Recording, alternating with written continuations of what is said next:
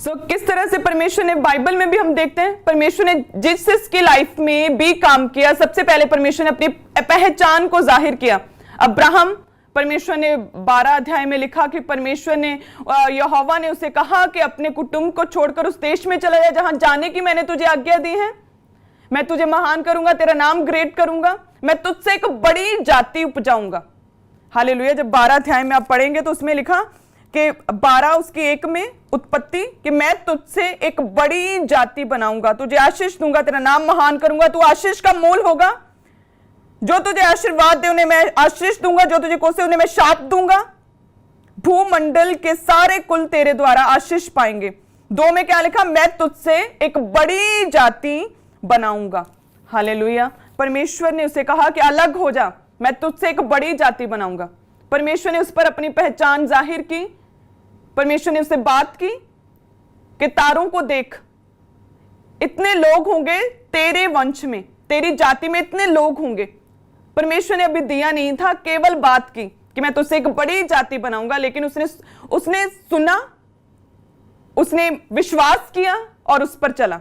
परमेश्वर कहता कि ऐसा विश्वास, ऐसा फेथ, ऐसी वफादारी कि मैंने अभी दिया नहीं, केवल बोला था कि मैं तुझसे एक बड़ी जाति उपजाऊंगा। अलग हो जा उन रीति रिवाजों, उन परंपराओं से, अलग हो जा और मुझ में बना रहे। हालेलुया। इसी तरह से परमेश्वर आपको कहता है कि सेपरेट हो जाओ उन रीति रिवाजों से, उन बंधनों से, अलग हो जाओ, मुझ में बने रहो। अब्राहम के लिए ऐसा परमेश्वर ने कहा कि ऐसा धर्मी पुरुष मैंने नहीं देखा, ऐसी वफादारी। इसीलिए परमेश्वर उस पर अपनी भावी योजनाओं को परमेश्वर ने व्यक्त किया। परमेश्वर ने उसे अपना एक प्रिय मित्र जाना खुदा ने कि ये मेरा प्रिय मित्र है। उसकी वफादारी को देखकर कि परमेश्वर ने केवल कहा कि मैं तेरे वंश को इतना बढ़ाऊंगा जितने तारे तुम गिन सकते हो आसमान में, जितने रेत के कण हैं। परमेश्वर कहता मैंने अभी दिया नहीं, केवल बताया और उस पर ही विश्वास किया अब्राहम ने। हालेलुया। सेम उसी तरह से जब आप भी परमेश्वर के वचन को सुनते कि उसके कोड़े खाने से मैं चंगा हो चुका हूं, परमेश्वर का वचन जो आपने सुना, जो आपने पढ़ा, अगर आपने केवल सुनकर, केवल वचन को पढ़ के आपने विश्वास किया, तो मेरा विश्वास है कि अब्राहम को इसहाक मिला। आपकी टेस्टिमनी, आपकी हीलिंग आपके पास होगी। हालेलुया।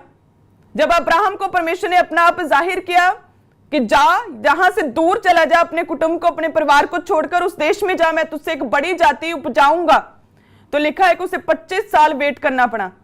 जब 99 ईयर का हो गया तब तक उसे वेट करना पड़ा।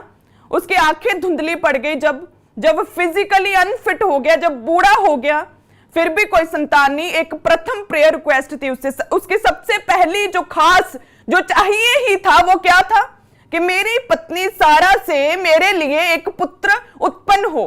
ये सबसे बड़ी प्रथम उसकी प्रेयर रिक्वेस्ट थी, सबसे बड़ी गवाह जो उसकी प्रार्थना थी ना, वो थी कि मेरी पत्नी सारा से एक पुत्र उत्पन्न होना चाहिए। लेकिन अभी नहीं हुआ था।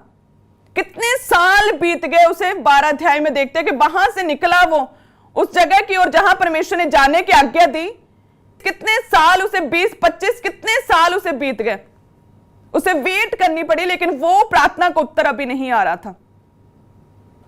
लिखा है कि वो फिजिकली अनफिट हो गया, बूढ़ा हो गया, आंखें धुंधली पड़ गई, कोई उम्मीद ना रही कि अब बेबी हो सकता है।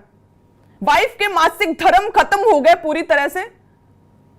और ऐसा ही होता है कई बार, हम प्रभु जब अपनी पहचान कराता, मसीह में आते हैं, तो हमारी लाइफ की एक बहुत बड़ी बिग प्रार्थनाएं होती खुदा के आगे कि परमेश्वर मेरी लाइफ में ये काम होना चाहिए, परमेश्वर मेरा बांझपन खत्म होना चाहिए, मुझे एक बच्चे की आशीष चाहिए। कुछ लोगों का होता है कि ये कोर्ट केस खत्म होना ही चाहिए, लेकिन वो कोर्ट केस खत्म नहीं होता, लेकिन बाकी सभी दिशाओं से परमेश्वर आपको शांति देता है। कोर्ट केस खत्म नहीं हो रहा, लेकिन बिजनेस को फलवंत कर रहा है। बांझपन, बच्चा नहीं हो रहा, बेबी कंसीव नहीं हो रहा, लेकिन परमेश्वर ऐसी शांति दे रहा है। हस्बैंड वाइफ की लाइफ इतनी ब्लेस कर रहा है कि कोई टेंशन ही नहीं। हालेलुया। इसी तरह से अब्राहम, जो सबसे बड़ी उसकी प्रेयर रिक्वेस्ट थी कि परमेश्वर मेरी पत्नी सारा से एक पुत्र उत्पन्न हो, वो अभी पूरी नहीं हुई थी, लेकिन परमेश्वर ने बाकी दिशाओं से उसे ब्लेस किया। लिखा है कि उसका बिजनेस इतना फलवंत हो गया। उसका बिजनेस उस समय क्या था? पशुपालन, जानवर रखना। उसके पास जानवर इतने बढ़ गए कि उसे अपने भतीजे लूत से अलग होना पड़ा, क्योंकि जमीन कम पड़ रही थी। फाइनेंशियली प्रभु ने बिजनेस में इतना बढ़ा दिया, कहते हैं कि जमीन कम पड़ गई इसलिए अलग होना पड़ा। हालेलुया। लेकिन अंदर जो थी सबसे बड़ी प्रेयर रिक्वेस्ट के, परमेश्वर ये काम मेरी लाइफ में हो, ये प्रार्थना को फुलफिल कर खुदावन, मेरी इस प्रार्थना को उत्तर दे, मेरी लाइफ में ये गवाही पैदा कर दे। सबसे बड़ी जो दिली हार्टली जो मन की इच्छा थी कि पुत्र उत्पन्न हो, जो बेटा हो, वो अभी पूरी नहीं हुई थी।